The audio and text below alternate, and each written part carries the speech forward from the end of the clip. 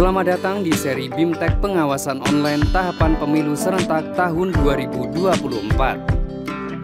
Pada sesi ini, kita akan membahas tentang pengawasan daftar pemilih sementara atau DPS Pemilu Serentak tahun 2024. Kalimatnya, dalam setiap tahapan pengawasan adalah apa yang kita lakukan, kemudian hasilnya apa. Dalam kesempatan ini, kita akan membahas cara dan indikator kita bekerja pada tahapan pencermatan DPS Pemilu tahun 2024. Hal ini untuk memastikan bahwa DPS ini tersosialisasi dengan maksimal.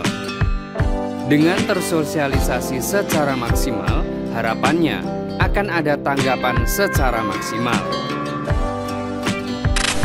Sebagaimana diatur bahwa pengumuman dilaksanakan selama 21 hari.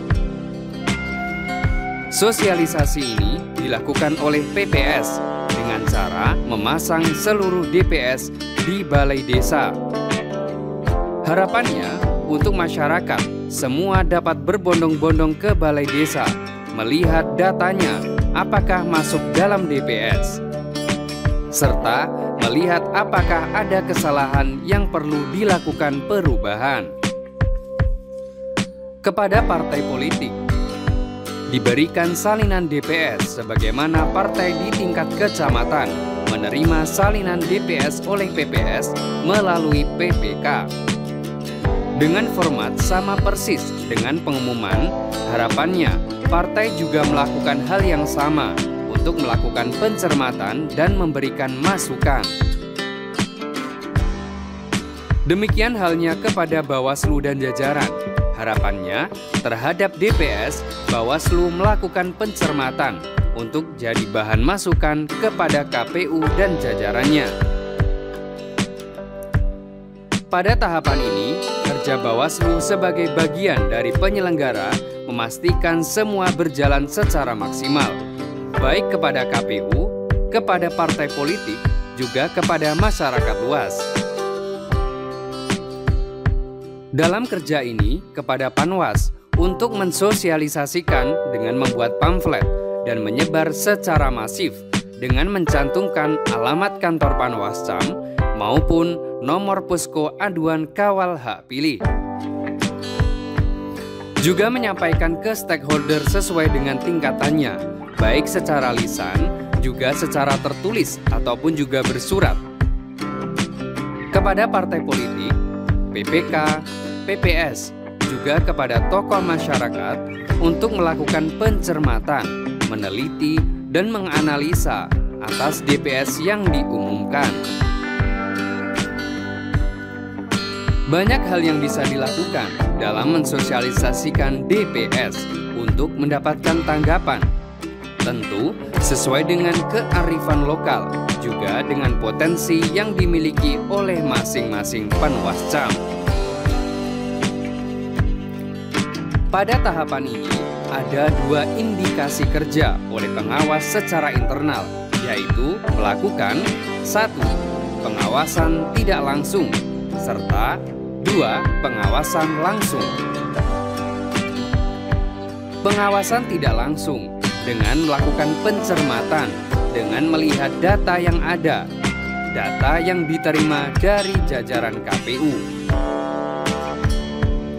Menganalisa data, apakah ada elemen yang tidak sesuai meliputi nama, umur, alamat, kegandaan, kesesuaian jumlah maupun kejanggalan data lainnya. Apakah ada nama yang kita kenal harusnya masuk dalam DPS namun tidak tercantum, ataupun juga sebaliknya. Dengan indikasi yaitu 1. Pemilih baru, 2. Rubah data, 3. Meninggal dunia, 4. Ganda, 5. Pemilih di bawah umur, 6. Pindah domisili, 7. Tidak dikenal, 8. TNI atau Polri, 9. salah penempatan TPS. Untuk selanjutnya, dilakukan cross-check ke lapangan. Kemudian, teknik pengawasan secara langsung. Kita bekerja dengan mencetak DPS, mengkoordinasi dengan mengunjungi menanyakan kepada siapa? Kepada tokoh masyarakat atau RT. Mengapa ke mereka? Ini mewakili atas representasi pemahaman kepada warga. Kita menganggap mereka paling paham, paling tahu tentang warganya. Kemudian, apa yang ditanya? Adakah warganya yang belum terdata? Adakah yang seharusnya sudah terdata namun tidak tercantum dalam DPS? Apakah langkah selanjutnya? Lakukan validasi disertai dokumen pendukung. Kemudian, apakah ini sudah menjadi indikasi bekerja? Kerja pengawas menemukan temuan. Bisa juga tidak menemukan temuan, tetapi sudah serius mencari atau melakukan pengawasan. Apa standar yang diterapkan?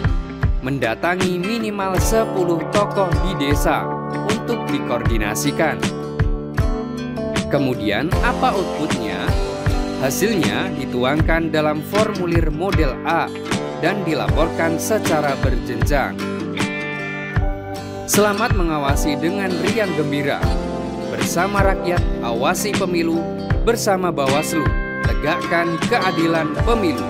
Salam awas.